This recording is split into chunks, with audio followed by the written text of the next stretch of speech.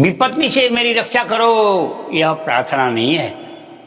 हे प्रभु, मैं विपत्ति से नहीं डरूं, मैं दुख को जीत सकूं, मैं दुख कष्टों को सहन कर सकूं, ये सही में प्रार्थना है। प्रार्थना के लिए प्रभु से, प्रभु के गुण, परमात्मा के गुण और अपने अवगुण को गाना ही सही में प्रार्थना है। क्योंकि अपने दुर्गुणों को चिंतन और परमात्मा के उपकारों का स्मरण, यही सही में प्रार्थना है, सच्ची प्रार्थना है।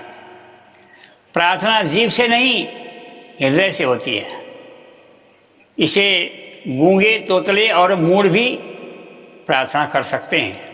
यानी हृदय से गूंगे, तोतले और मूढ़ भी प्रार्थना कर सकते हैं। प्रार्थना क्या है? आत्मा का खुराक है। जैसे शरीर के लिए भोजन की आवश्यकता पड़ती है, उसी प्रकार आत्मा के लिए प्रार्थना की जरूरत है। क्योंकि आत्मा का खुराक है, तो खुराक नहीं देंगे तो आत्मा निर्बल बन जाएगी।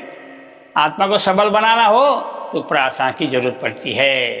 तो जब मन और वाणी एक होकर कोई चीज प्रभु से मांगा जाता है, तब उस प्रार्थना का फल अवश्य मिलता है।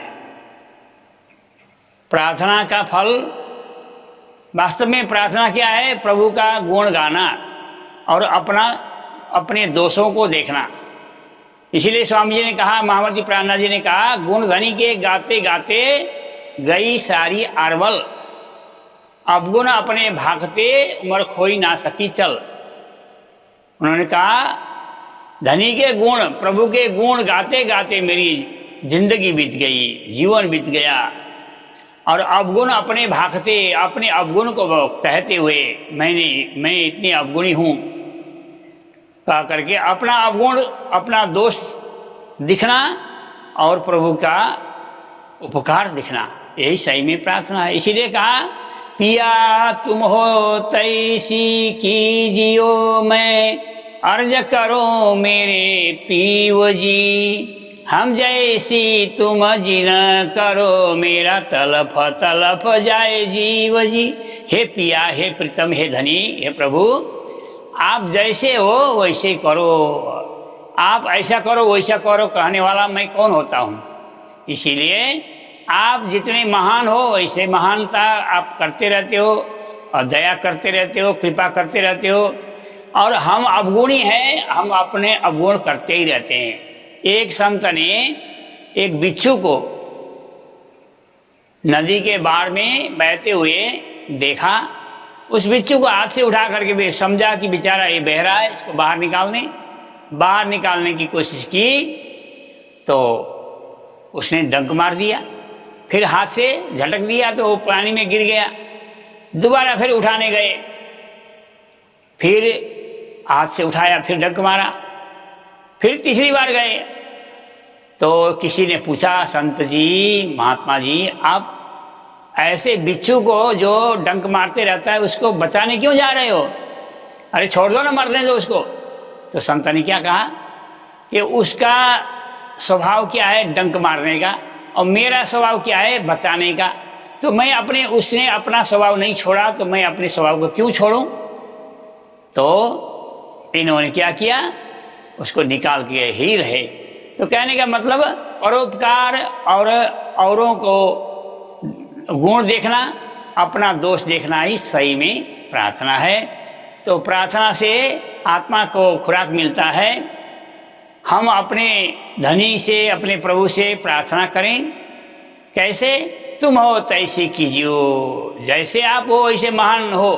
हम तो अवगुणी हैं, अपना दुर्गुण देखना, अपना अवगुण देखना और प्रभु का एहसान देखना, प्रभु का एहसान मंद होना, यही सही मायने में प्रार्थना है। तो प्रार्थना के द्वारा आत्मा को बल मिलता है। तो यहाँ भले गूंगे हो, तोतले हो, कोई भी प्रार्थना कर सकता है, क्योंकि आत्मा की आवाज है प्रार्थना।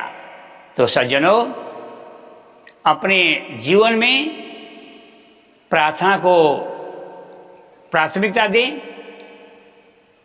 प्रार्थना किसी दिखाने के लिए नहीं, किसी को दिखाने के लिए नहीं, तो कमरा बंद करके भी प्रार्थना कर सकते हैं, और बिना जुबान चलाए भी प्रार्थना होती है। मन मन से, मन के द्वारा और हृदय के द्वारा, बुद्धि से नहीं होती प्रार्थना, मन से और हृदय से, दिल से होती है। तो दिल से प्रार्थना करेंगे तो प्रभु अवश्य सुनेंगे। प्रभु सुनेंगे तो हमारा कल्याण होगा, और हमारा कल्याण के साथ साथ जगत का कल्याण होगा, उसके साथ साथ अपना कल्याण तो है ही। सारे जगत का कल्याण हो तो उसमें हमारा भी तो शामिल है। तो सज्जनों, इस तरह से हम अपने को प्रभु की प्रार्थना में जीवन को बनाए रखें।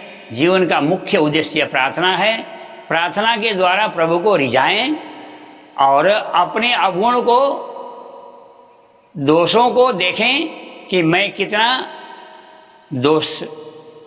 दोषित हूँ अथवा अपराधी हूँ, अथवा मेरे में कितनी कमजोरियाँ हैं, ये देखें और प्रभु के उपकारों को देखें तो हमारा जीवन धन्य बनेगा। पंडित जी, वो जी जी एक बार पुकार करने से धनी जी जी बोलते हैं, उसको चौपाई को। अच्छा जी, तो स्वामी जी ने, महामती प्रार्थना जी ने कहा कि परमात्मा क्या कहते हैं, तू एक बार याद कर, जो एक करो मोए साध, तो 10 बेर जी जी कहूं कर कर तुम्हें याद। हे भक्तों, हे सुंदर साथ जी, हे सज्जनों, परमात्मा क्या कहता है, तू एक बार मुझे याद करके तो देख, मैं तुझे 10 बार जी जी कहने को तैयार हूं। लेकिन हम करते तो हैं, लेकिन कैसे करते हैं? जीभ से करते हैं, आत्मा से, अंतर से नहीं करते हैं।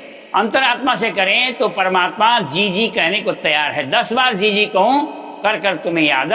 तो हमें आत्मा से और हृदय से हम प्रभु को पुकारें तो वो तो हमारे लिए 10 बार हाँ जी कहने को तैयार है। फिर भी हम एक बार भी नहीं करते, तो हमारी ही कमजोरी है, हमारी में कमी है।